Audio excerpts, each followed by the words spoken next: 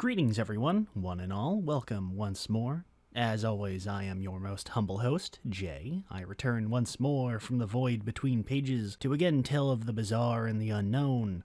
So sit and relax as I again share with you what I've been reading.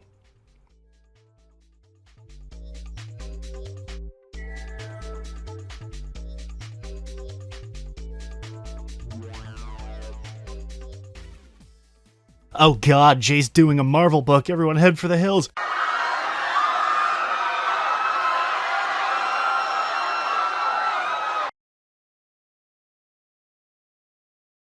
Okay, now that we got the jokes out of us, our first topic is the recent Beta Ray Bill miniseries from earlier this year, written and illustrated by Daniel Warren Johnson, with Mike Spicer doing the coloring, focusing on everyone's favorite alien demigod, the eponymous Beta Ray Bill.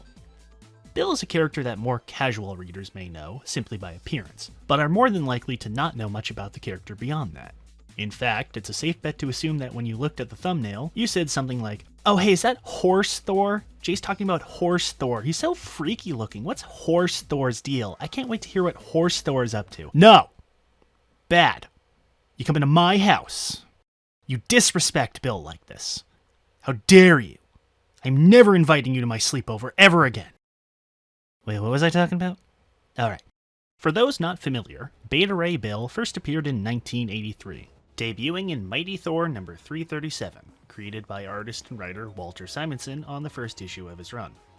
Hailing from the distant world Corbin, Bill's home planet was destroyed when an army of mysterious monsters set off a massive blast of energy, destroying much of his galaxy in the process. As the survivors prepared to flee, Bill was chosen to be the Corbinites' Grand Protector, being torn apart and reconstructed from the ground up into a powerful cyborg warrior, working tirelessly to protect his people as they fled to a new home and fight back the monsters who sought to finish the job, eventually revealed to be an army of demons controlled by the maniacal Surtur. Due to a series of unfortunate coincidences, Bill ran afoul of Thor, leading to a lengthy battle between the two. However, much to the surprise of Thor, not only was Bill totally able to kick his ass, but was found to be deemed worthy to wield Mjolnir, usurping Thor's power from him in the process. This series of shenanigans eventually resolved itself, leading to Thor and Bill becoming fast friends, and Bill obtaining his own hammer, Stormbreaker, in the process.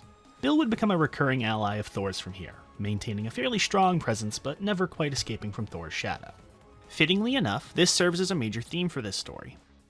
Picking up after the last big dumb crossover event, King in Black, where a whole bunch of stuff happened that I didn't bother to look at to summarize it because it was really fucking boring. But during the events of that story, Thor and Bill had a minor disagreement, let's say, which culminated in Thor shattering Stormbreaker in the process. Now stuck with the worst of both worlds, no longer wielding the mighty forces he once had, and trapped in his horrifying true form, Bill has finally reached his wit's end with life. After suffering humiliation after humiliation due to this, capped off with Thor once again stealing his thunder, Bill finally snaps on his longtime friend and abandons Asgard in rage. Bill, accompanied by Pip the Troll and the temporarily revived Scourge the Executioner, sets off on a journey across the galaxy on a quest to reclaim his mighty powers once more. The central overarching theme of the story is about appearances, how the perceptions of the self and of others can influence who you are as a person, and how people work to change and overcome them. Bill's rather ghastly visage and how people view him as a monster have always been a central part of his character since creation, but here it's brought to the forefront. His jealousy and self-loathing serves to color his perceptions of everything, leading to willingly forsaking and neglecting those around him, and believing their reassurances to be hollow, itself further fueling his self-loathing. It's a surprisingly relatable feeling, and one that's particularly common, and it's handled well. Johnson does a good job at selling Bill's strife and making it feel genuine, that he's been letting all of this build up and up and up inside of him, and now that he's lost one of the few positive elements he once had, it's finally collapsed around him and buried him in his own sorrow. And I do like that they don't make it solely about his appearance, incorporating his past defeats and failures to live up to the destiny his people laid out for him, and adding it to the pile of suffering for him to sort through. It's very layered, although I wouldn't exactly call it complex. Not to say that it's shallow by any means, it has substance to it, there's just not much in the way of nuance and everything is more or less spelled out for the reader. Bill's companions don't add all that much to the themes or the narrative, aside from his ship Scuttlebutt and its AI. Scourge is mostly here for comedic relief. His entire motive for being here is that he got bored of the eternal paradise of Valhalla because it doesn't have any guns in it, and openly referring to himself as Bill's wingman in this quest to regain his power. And he's fine here. I think his loud, brash, and smug, self-assured demeanor work as a good contrast to Bill. But his contributions mostly involve the ripping and or tearing of people who are trying to kill them, usually involving some manner of giant gun in the process. But I do enjoy his friendship with Bill, and it's well represented here. Scourge comes off as that one friend who really genuinely sympathizes with you and wants to help you through your problems, but is just utterly clueless about what's going on with you and has very little understanding about how to help. Pip, on the other hand, doesn't really contribute anything at all. He really only tags along because he felt like it, and has no real influence on the events that occur. He has very few lines of dialogue, and nothing he says or does contribute in any significant way that any other character couldn't have done. Johnson tries to give Pip a connection with Bill's strife by having him sympathize with his feelings and doubts and feeling a sense of kinship from it, but this is brought up in a single line and doesn't get brought up again, nor does it tie into anything later on. But his relationship with his ship Scott is a big focus, and I really like how it's handled. As Bill's oldest, and arguably only friend, Scott has the best understanding of his problems, but being a soulless AI, it doesn't really have the best ability to help Bill realize his problems. However, when the strange energies of the godly realms causes Scott's programming to evolve, she takes on a physical form and becomes far more human than even she seems to realize. I like how the mental journey is shown, now suddenly becoming aware of emotions and feelings, and finally being able to process her friendship with Bill and how she cares for him and his plight. She's able to counterbalance Bill's pessimism by reminding him of his past and his many triumphs, trying to teach him to not let his failures and sorrow define his actions. This is best highlighted in issue 4, as a mysterious demon puts Bill and Scott into an illusion, forcing the duo on a trip throughout Bill's memories in an attempt to break the two, and it's Scott's influence that manages to push them through by helping remind Bill of kinder, happier moments, and it's a spectacular sequence. It's handled in a very mature way, although not exactly super realistic all things considered, and I do appreciate that it subverts the expected cliche of friendship solves all your problems by having Bill still be dead set on his goal that he's ultimately dismissive of Scott's advice. It's a good angle to go with, and I like the new perspective on characters and their relationships with each other, and I'm glad it doesn't go too far into robo-fucker territory. It gets close, it really does get close, but I'm glad it didn't go all in on it since I feel that it would have lessened the impact of Bill's arc and would have made it feel very tacky, not to mention making his rejection of her advice feel really weird in the process. Much of the actual journey occurs off-screen, which is somewhat of a disappointment. This leads to a somewhat repetitive sequence of events for the story, as Bill and the gang will have absolutely no issues getting to where they need to go, only to spontaneously end up in a fight when they get there. Bill's initial goal is to go find Odin so he can bully him into making a new Stormbreaker, and he finds Odin and gets there with no issues until a bar fight suddenly forms because Bill is just that hideous. Then, when Odin proves to be worthless, they go and make their way to Muspelheim to steal Surtur's sword, and which goes amazingly well and they have no problems at all until they're past the gate and actually flying around there. This in itself is not exactly a problem, as it leaves more space for character scenes and gives Johnson a lot of time to really flesh out the thoughts and feelings of the cast. But at the same time, I would have liked to see the journey spread out more, as it would have allowed for multiple locales and different opportunities for dilemmas that the cast could deal with, as well as making the journey itself feel more rewarding when they finally make it to the Twilight Sword. The action scenes are very well rendered. They're all massive scale battles with dozens of combatants all at once, and Johnson packs a lot of energy into the action and has a very good flow for the motion of combat. It's very flashy, yet still packing a lot of substance into it. This is best exemplified in the final issue, with Bill's climactic duel with Surtur over the possession of the Twilight Sword, a frenzied and chaotic brawl as the two lifelong enemies duke it out all across Muspelheim. You really feel the energy and weight behind the blows, the sheer force of rage and hate powering the two's blows. There's not much in the way of flashy stunts or superpowers. It's a rough, brutal slugfest stretched out across the whole issue. It really culminates nicely in the ending of the story, and I'll throw up a timecode here for you to skip it if you want to read it for yourself. After Pip gets bodied by Surtur, Bill puts him through a conga line of humiliation, pile-driving his ass straight into a spire and impaling him, before getting him set up to get blasted by a gigantic cannon from his ship, which buys him enough time to claim Twilight and he goes all rules of nature on Surtur's ass and killing him. It's a good ending, Bill getting his powers again and finally getting vengeance against Surtur for what he did to his people. But what pushes it past being good and makes it a truly great ending is the big subversion of the expected ending. Bill gets what he wanted and regains his outer beauty, but it's a hollow gesture. The insecurities and self-loathing he feels are buried far deeper than he realized, and gaining his physical appearance back did nothing to solve the problems he truly faces. It's a powerful message, and one that I'm glad that Johnson wins for, as otherwise the whole moral message of the story would have ended up collapsing on itself.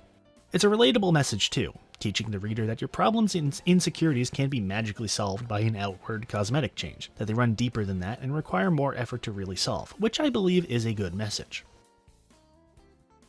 Overall, the mini is a fantastic piece for fans of Beta Ray Bill, and I would solidly recommend it. The art is an absolute standout in this book too. Johnson is able to pack a whole boatload of detail into the panels while still remaining fairly simplistic with the designs. With light and erratic line work and very heavy spatterings of black and erratic strokes filling large swaths of the page, yet leaving gaps for the color to bleed through. It gives the book a very grimy and gritty tone to it that makes it feel very unique. And Mike Spicer's coloring enhances it as well, with a very diverse palette of saturated colors that blend different tones together, making everything stand out from one another. It gives it all the feel of a heavy metal album cover come to life, and I would absolutely love to see more of it. However, newer fans, or those not familiar with Bill as a character, likely won't get much out of it. Although the book recaps his origin and goes over the basic information you need to know about Bill, it still assumes familiarity with the character and his motives in order to enjoy the series. If you're looking to find out more about him, this isn't the place to go, but if you have some knowledge, then you'll find something to enjoy.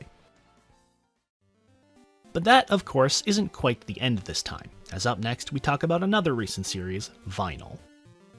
Vinyl, written by Doug Wagner, with art by Daniel Hilliard and colors by Dave Stewart, was created by 12 Gauge Comics and published by Image, running from June to November of this year. Meet Walter. Walter's your average, ordinary old man. He likes listening to music, engaging in his hobbies with those who share it, and going on trips to the park with his best friend Dennis. Oh right, he's also a serial killer. When Walter's pal Dennis, who just so happens to be an FBI agent running the case to apprehend Walter, gets kidnapped by a group of criminals who want revenge for actions he made against them in the past, Walter teams up with Dennis's partner against her will and brings together a team to track down Dennis and rescue him before it's too late. I enjoy me some slasher movies. I think they can be really great showcases of the powers of practical special effects, and even though they tend to be formulaic, they're always enjoyable to sit down and watch, be it alone or for ironic viewing with friends. But the slasher genre is one that never really works outside of movies. You lose something when you take away the controlled linear narrative and/or the ability to weaponize the sound design when you adapt it into other mediums. But for the most part, Vinyl makes it work, although not being a straight-on slasher, it helps to a degree. Walter is an enjoyable protagonist. He feels very genuine, and if it weren't for the whole casually murders people thing, he'd be someone that could be a great friend. Well, maybe that might dissuade some of you, but to me that just makes him like all my other friends. We don't have any real insight into his methods or motivations, which to a degree is fine. Over-explaining your killers is usually the death sign of a slasher story, but I think it would have helped to flesh out the setting a bit more to get any real clue of why he does what he does. We get the implication that he does it for the art of it, treating murder as if it were a canvas of sort. However, the full picture is kept vague. But I do like that they didn't try to give Walter the cliché, ultra-wacky serial killer quirk that I see people always do when they make serial killer characters. Walter has a thing for music and listens to it near constantly, and has a real great affinity for recognizing musicians and their song names. And other than nicking a record or two when he kills someone, that's about the most we get for his quirks. His personal interest in music also has a greater relevance to him beyond just a part of his hobby. And without spoiling it for you, it feels less like a cheap gimmick to make him seem unique or scary, and is just a natural inclusion to his character.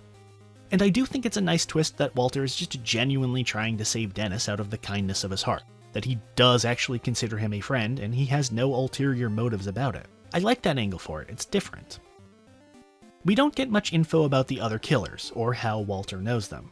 We're given just enough to infer what their personalities and methodologies are, but otherwise they're just generally blank slates. There seems to be a trend going with them trying to represent the different eras of slasher films, with the twins being younger horror geeks, possibly as a comparison to the more modern, self-referential and ironic slashers, and Guy being fairly blunt and talking about how he's gotten tired of the game, perhaps as a mirror of the super old-school slashers which were less refined and more straightforward. But it's not really connected all around, so it's more speculation at this point. Same for the cult that serves as our antagonists. They're a pretty typical backwoods religious cult that talks about love and ascension and all that crap, speaking in very empty, poetic platitudes and using flowers as a symbolic element. We don't really get any clue of what their deal is. We're at least given proper context for why they want to kidnap and kill Dennis, but beyond that it's vague about their motives. I initially thought that they were meant to be a parody of the movie Midsummer and the cult from that, but I don't think it was intentional beyond sharing thematic elements. but they both come together and add to the world the story conveys, although I wish we got to dive just a bit deeper into it. Walter keeps bringing up how he finds the cult unnatural and how they inherently don't belong, but it isn't explored much. It would have been neat to make it an angle about slasher movies versus artsy horror, personally. The action is very good and conveys a lot of weight and motion with it. It emphasizes using quick cuts between panel to panel to show a quick, brutal flow of action and favors close-up shots to get to the point of the action. It emulates the same style older slashers used, where they'd favor quick cuts and focusing on specific injuries in order to deal with censorship, while also putting more emphasis on the kill. However, it doesn't quite work the same in a comic as it does in a movie, since in a comic it's entirely up to the reader to interpret the speed of actions, and the jumps between panel to panel make it hard to really discern what's meant to be happening. It works at some points, and does a good job showing off the primal violence that slashers are built for, but when it doesn't work, it feels like someone removed shots and stitched together segments together haphazardly. The violence is intense, cartoonish at points even. Someone gets stabbed once and all of their organs explode out of their body in a geyser of bright, shiny red blood, so potent you'd think that there were 3 guys overlapping each other. In fact, I went back through it while writing this, and I'm pretty sure that at least one panel on every single page has blood somewhere on it. Now, understandably, I don't know how much of it I can show, but I do really like it. There's at least some attention to anatomy, and while everyone seems to be made of plasticine with how easy it is to get shredded to bits, that's at least accurate to the slasher experience, and really I wouldn't want it any other way. The blood, ironically, obscures the gore to some degree, both enhancing the violence and masking the more graphic elements, which was a good choice artistically. On that topic, the art is very good. Hilliard's designs and pencil work are fabulous, going for a very cartoony style with lots of simplistic use of hatching to emphasize detail with minimal work. Characters are very expressive and everybody manages to stand out despite sharing the same general face and eye structure. It reminds me a lot of Ryan Ottley's art at points, although it's a bit less detailed. There's also a very minimal amount of inking done. Shading is fairly light, and every character has thick black outlines around them that make them pop out, but is otherwise reserved for use of full black for heavy darkness, which is effectively utilized by having characters slowly bleed from the shadows for a sudden shock reveal. Dave Stewart has a really good eye for colors and lighting as well, showing a good attention to detail for light sources and how shadows should cast, and the light shadowing makes it feel more natural. He sticks to a fairly neutral color palette, shades that are not too bright but not too dark, making everything seem grim and conveying a general uneasiness without being bland or muddy. This also helps the blood, a very highly saturated red as mentioned before, stand out much more and really accentuate the gore in a way you can't really get from a film. Final tells a pretty concise story, and doesn't overstay its welcome. It really does feel like they took a movie and compressed it into a comic book, and for the most part does a good job at representing itself. I wouldn't exactly say it's scary, but has scary visuals and has a good spooky atmosphere for it. It builds suspense and creates a world that's got many layers and is engaging, but doesn't explore it enough to make it worthwhile. Leaving some elements vague helps build suspense more, but in some cases it's better to tell rather than show. If you're a fan of horror, and slashers in general, then give it a read, it's right up your alley. If you're someone who's squeamish about blood and gore, or doesn't like a lot of violence, then it's not going to be something you enjoy, but that's kind of a given considering what genre it is. For me, it's right up my alley, and I'm a bit sad I didn't find out about it until it was right at the end. I can't wait for a collected edition though, gonna make sure to jump on that right away. And on that note, I believe that's all for this time. This has been Jay, and as I return to the void between pages, I look forward to when next we may meet, and I can share what else I've been reading.